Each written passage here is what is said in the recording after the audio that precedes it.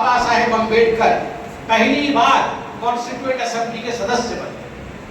मगर आप कांग्रेस की रणनीति को देखिए, 1947 में 46 में कॉन्स्टिट्यूएंट असेंबली में गए, 1947 में जब पार्टीशन हुआ और जब चिन्हित किया गया कौन से गांव, कौन सा स्थान पाकिस्तान में जाएगा और कौन से स्थान भारतवर्ष में रहेंगे, षड्यंत्र करके कांग्रेस पार्टी ने बाबा साहेब अम्बेडकर के कॉन्स्टिट्यूएंसी के बारिसाल, जेसोर खुलना और फरीदपुर, ये तीन मुख्य स्थान उनके थे कॉन्स्टिट्यूएंसी। इन तीनों स्थानों को, जबकि वो मुस्लिम मेजॉरिटी स्थान नहीं थे, वो हिंदू मेजॉरिटी स्थान थे, मगर फिर भी कांग्रेस पार्टी ने षड्यंत्र करके ताकि बाबा साहेब कॉन्स्टिट्यूएंट असेंबली से बाहर हो जाए, इन स्थानों को पाकिस्तान में नेहरू जी ने दिया।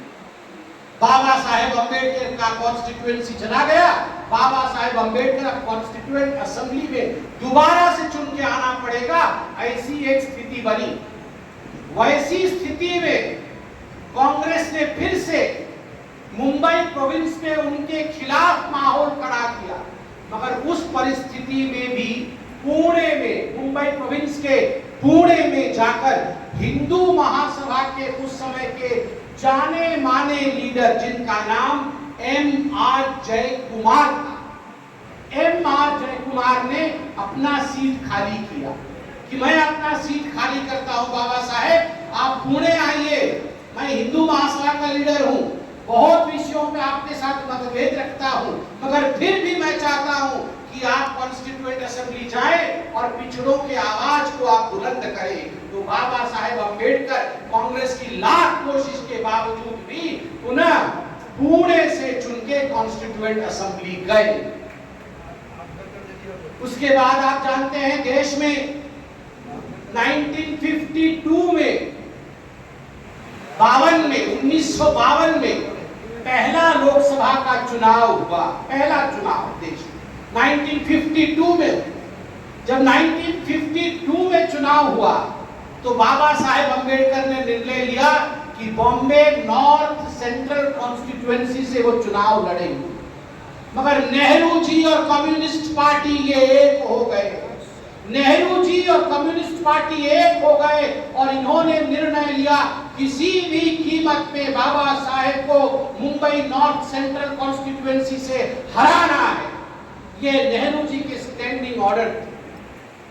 एस.के. पाटिल जो कांग्रेस के उस समय बड़े लीडर होते थे मुंबई में, एस.के. पाटिल के साथ श्रीपद डांगे जो कम्युनिस्ट पार्टी के लीडर होते थे, दोनों ने मिलकर षड्यंत्र किया और 1952 में बाबा साहेब को, उन्हीं के एक शिष्य जो बाबा साहेब को मानते थे, कांग्रेस पार्टी ने उनके विरोध में खड़ा किया नारायण राव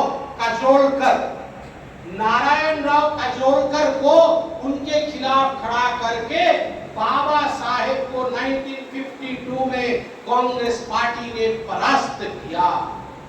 खुद नेहरू जी ने बाबा साहेब को परास्त करने की रणनीति बनाई थी और आज राहुल गांधी कह रहे बाबा साहेब हमारे।